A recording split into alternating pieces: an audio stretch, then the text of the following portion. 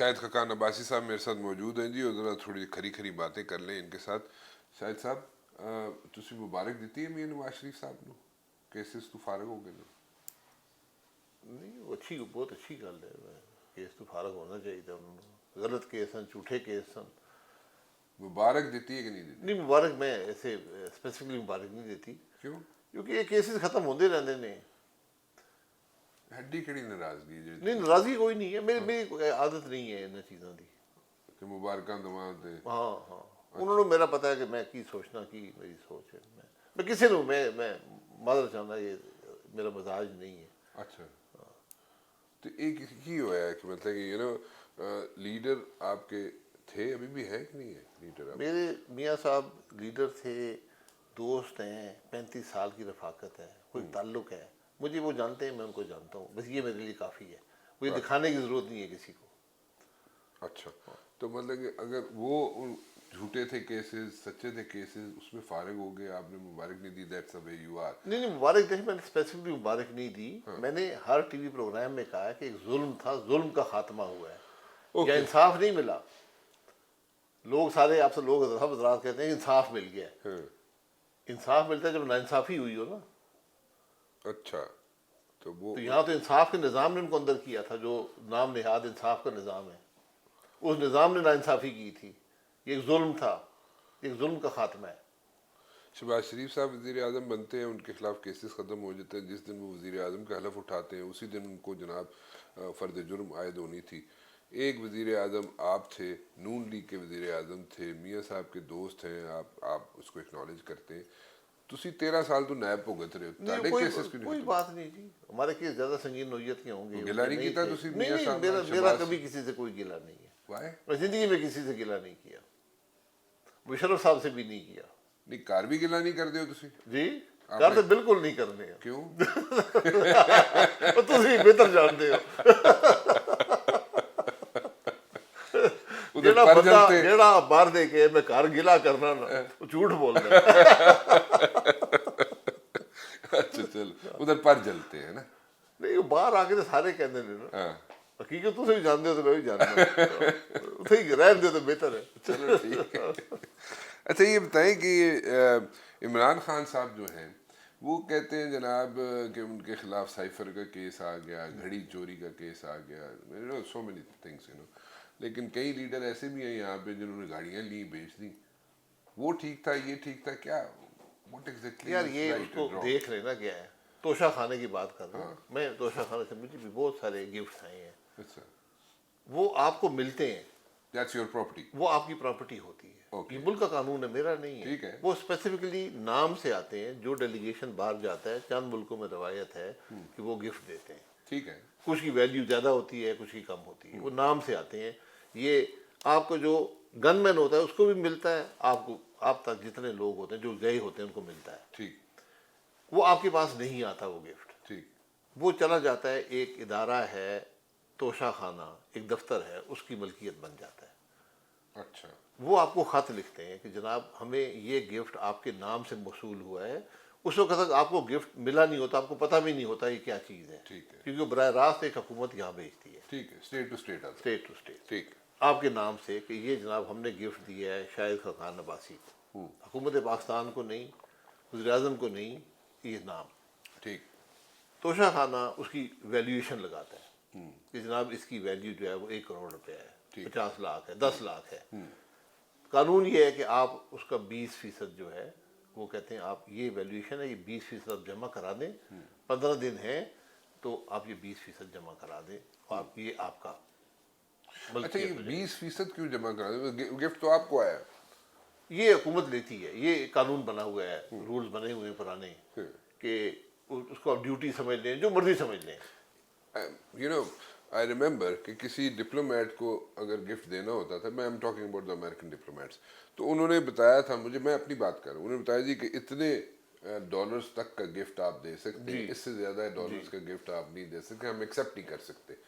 سو وہ تو سمجھ آتی تھی بات. ان دس پرٹیکولر کیس یہ 20% یا 50% بعد میں ہو گیا, جو بھی ہو گیا, اس میں کیوں دینا پڑتا ہے؟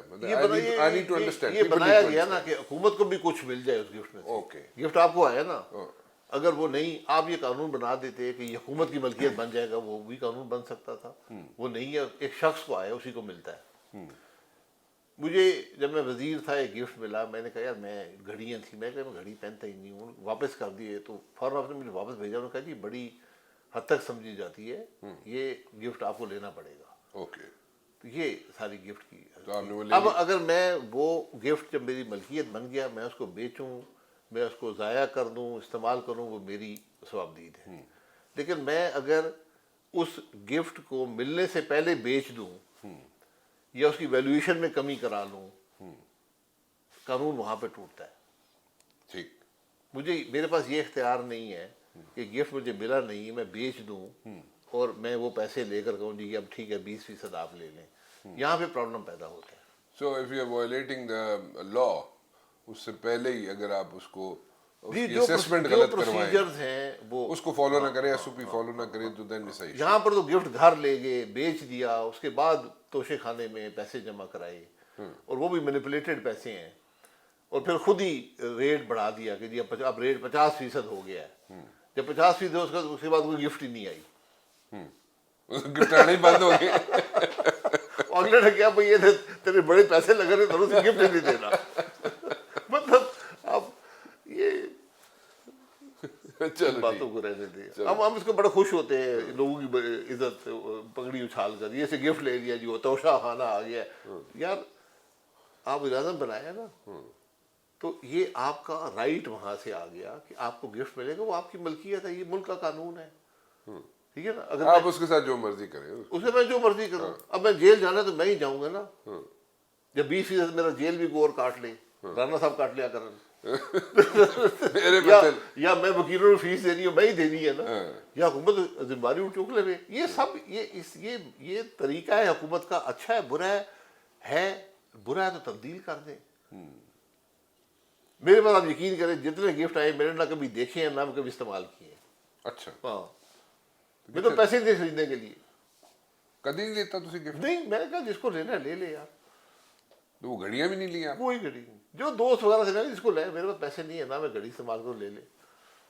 تو تسی تو دوست رانا تنوں فون کر رہے رانا صاحب تسی لے لو. منو تو کدی نہیں فون میں کیتا. غلطی ہو گئی ہوں بنیا تنوں فون کر رہا لیکن 50% لگن گیا. نہیں ہوں وزیر اعظم بن رہے ہو تسی دوبارہ؟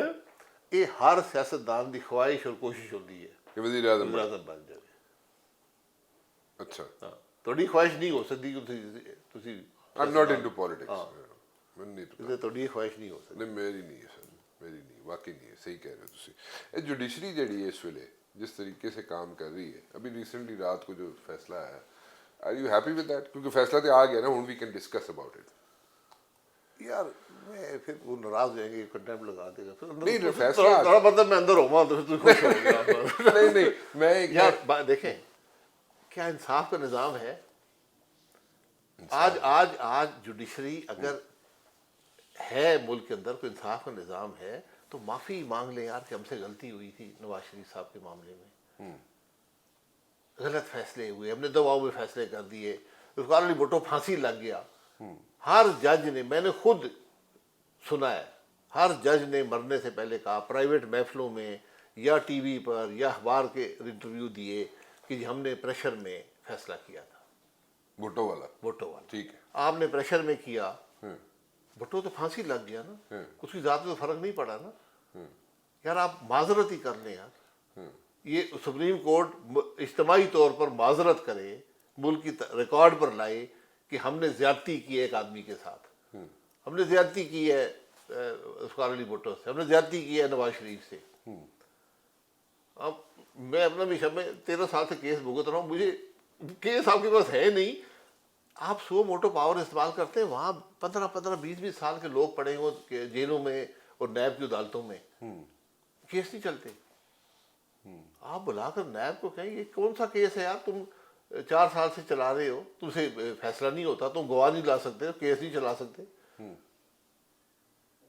ختم کریں ان معاملات کو. یہ انصاف مہیا کرنا ان کا کام ہے.